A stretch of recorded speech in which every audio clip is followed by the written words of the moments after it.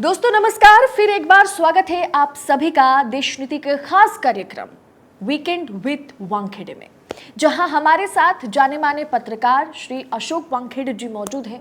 Sir से पहला सवाल मेरा ये रहेगा, मोदी जी चीन का नाम ले नहीं पा रहे हैं, लेकिन राहुल गांधी लद्दाख पहुंचे और लद्दाख पहुंच के उसी पॉइंट से एलएसी पर चीन को कहीं ना कहीं लाल आंख दिखाते हुए वो नजर आ रहे हैं।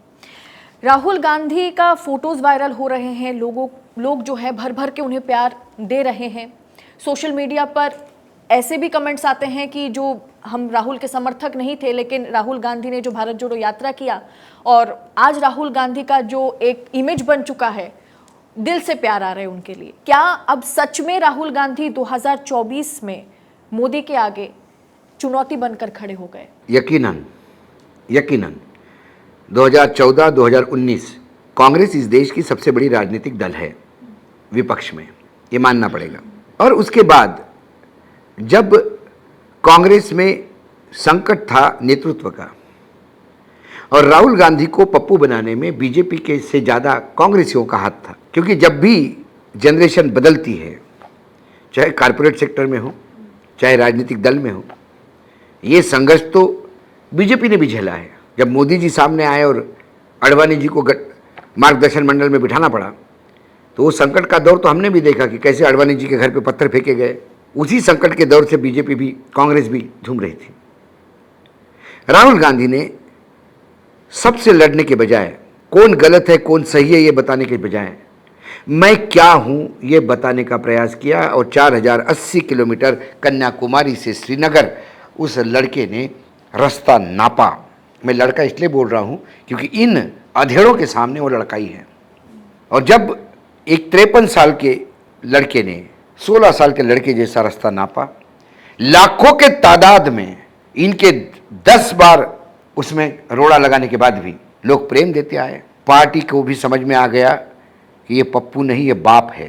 पार्टी में भी लाइन आ गई, सब लोग चुपचाप सुनने लगे। और जब राहुल ने अपने आप को रीब्रांडिंग किया, एक तरफ से राहुल का रीब्रांडिंग, उस ब्रांड की बढ़ती हुई रोज की वैल्यू, दूसरी तरफ मोदी का ब्रांड जो धीरे धीरे कमज़ोर पड़ता जा रहा है।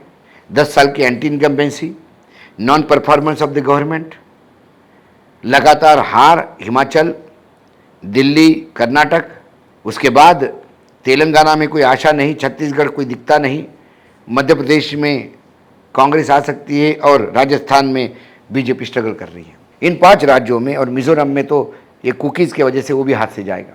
यदि ये मामला ऐसा हो गया कि इन 5 राज्यों में वो चली जाती है, पार्टी बीजेपी हार जाती है, तो 2024 में कौन सा ब्रांड जाएगा? ये राजनीति है।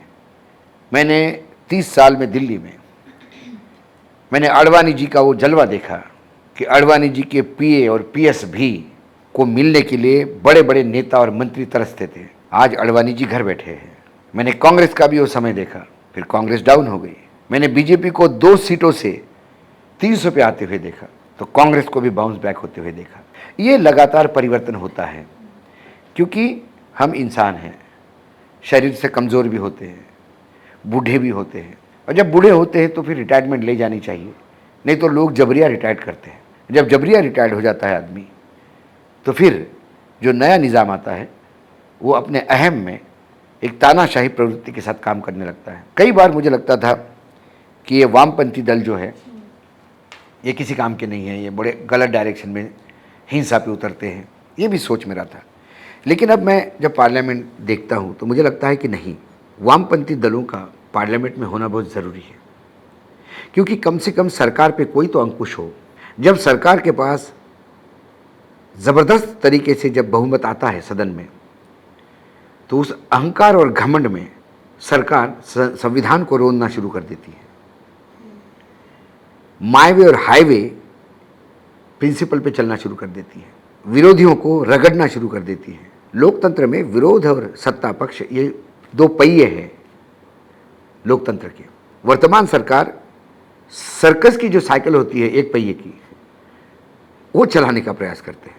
इसलिए मुझे लगता है कि राहुल गांधी 2024 में, मैं उनको प्रधानमंत्री का दावेदार नहीं मानता। मैं जितना गांधी परिवार को देख चुका हूँ पिछले 30 साल से, और जितना मैं राहुल गांधी के नेचर को अब समझ पाया हूँ, वो देश के प्रधानमंत्री कभी नहीं बनेंगे, ये भी लिख लो। वो किंग मेकर बन के रहेंगे, क्योंकि कांग्रेस गांधी परिवार को ये समझ में आ गया कि प्रधानमंत्री बन के कुछ लाइबिलिटीज़ भी सर पे आती हैं। उस लाइबिलिटी के बगैर यदि सत्ता सुख वैसा ही मिलता है, और लाल किले के प्राचीर पे भाषण देने का उनका कोई उत्साह नहीं।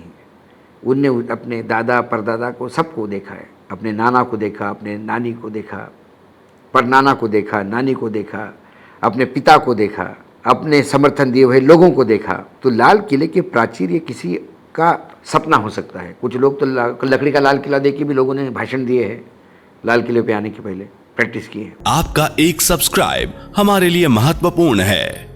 देश नीति को अभी सब्सक्राइब करें और बेल आइकन को दबाना ना भूलें।